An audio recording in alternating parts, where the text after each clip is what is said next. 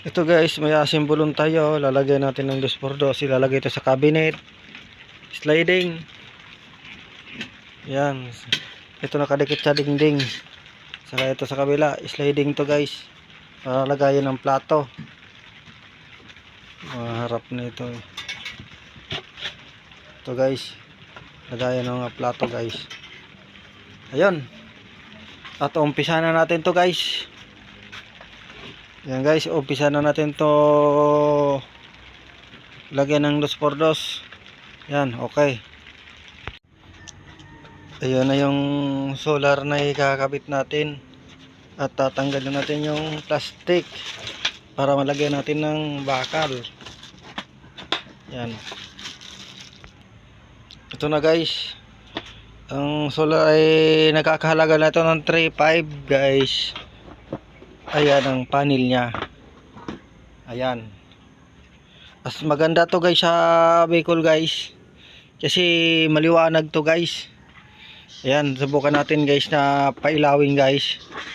Ayan siya. Sobrang liwanag niya guys. At saka remote siya guys. Pwede mo siyang i-off. Ayan guys, maliwanag siya. Saka pwede mo siyang lakasan.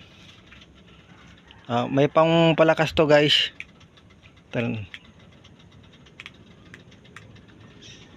Ayan, tapos lalakasan natin.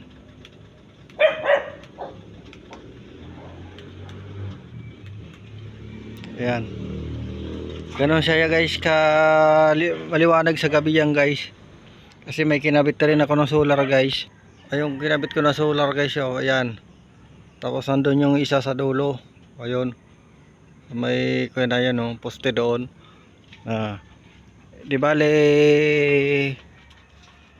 pang-apat na to guys sa ikakabit kong solar.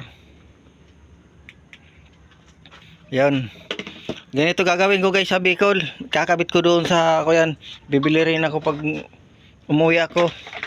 Ayun yung box nya, oh. 200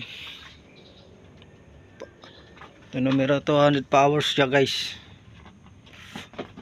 Yan yung box nito. Yun, ganun yan guys kalakas. Yan guys, baka solar na kinabit ko. Yung dalawa yan, medyo mahina eh. Kahit nabibilad siya sa araw. Mas maganda ito guys kasi pamposte talaga ito guys. Ito may lagayan siya ng tubo.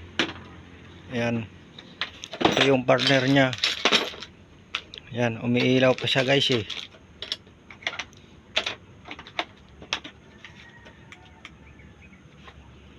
Yan, mamaya aasimbulin natin yan. Lalagyan na ng tubo. Ito yung nakalagay dito yung tubo nya. Yan.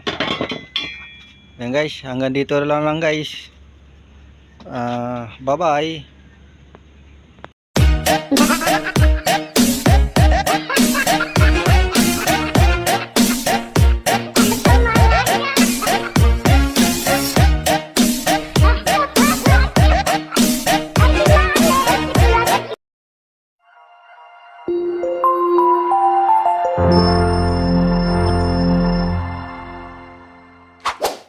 Selamat menonton dan jangan lupa di-subscribe ya.